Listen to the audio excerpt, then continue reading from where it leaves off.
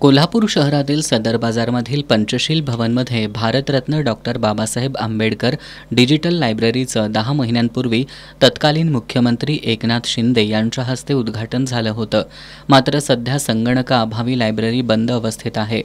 जिल्हा नियोजन समितीच्या निधीतून या कामासाठी 50 लाख रुपये मंजूर झाले होते, परंतु केवळ लायब्ररीचं बांधकाम आणि डागडुजीमध्येच हा निधी संपल्यानं लायब्ररीत संगणक, प्रोजेक्टर, प्रिंटर हे साहित्य उपलब्ध झालं नसल्याचं आम आदमी पार्टीचे पदाधिकारी आणि महापालिका अधिकाऱ्यांच्या संयुक्त पाहणीत उघड झालंय। या परिसरातील अभ्यासक आणि विद्यार्थ्यांकरता असलेल्या डिजिटल लायब्ररीमध्ये संगणकच नसेल, त्याला डिजिटल कसं म्हणता येईल?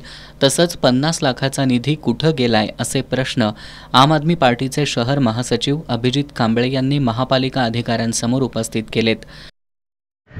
राज्य नियोजन महामंडळाचे कार्यकारी अध्यक्ष राजेश क्षीरसागर यांच्या फंडातून हा निधी उपलब्ध करण्यात आला।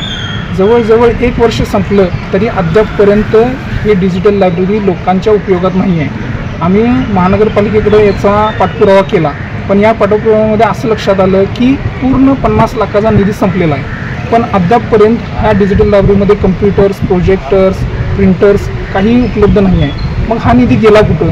तर याची चौकशी झाली पाहिजे ही आम्ही अशी मागणी करणार आहे आणि तात्काळ त्याचा नवीन फंड उपलब्ध करून ही लायब्ररी लोकांसाठी उपलब्ध करावी ही आम्ही महानगरपालिकेकडे मागणी केलेली आहे। यावर महापालिकेचे उपशहर अभियंता निवास पोवार यांनी अपूर्ण कामं प्राधान्यानं करून घेऊ, संगणक, प्रिंटर, प्रोजेक्टर ही कामं पूर्ण करून लवकरच ही लायब्ररी सुरू करू असं आश्वासन दिलं। यावेळी कनिष्ठ अभियंता उमेश बागुल, शहराध्यक्ष उत्तम पाटील, समीर लतीफ, विजय हेगडे, उमेश वडर, स्वप्नील काळे, लखन मोहिते आदी उपस्थित होते।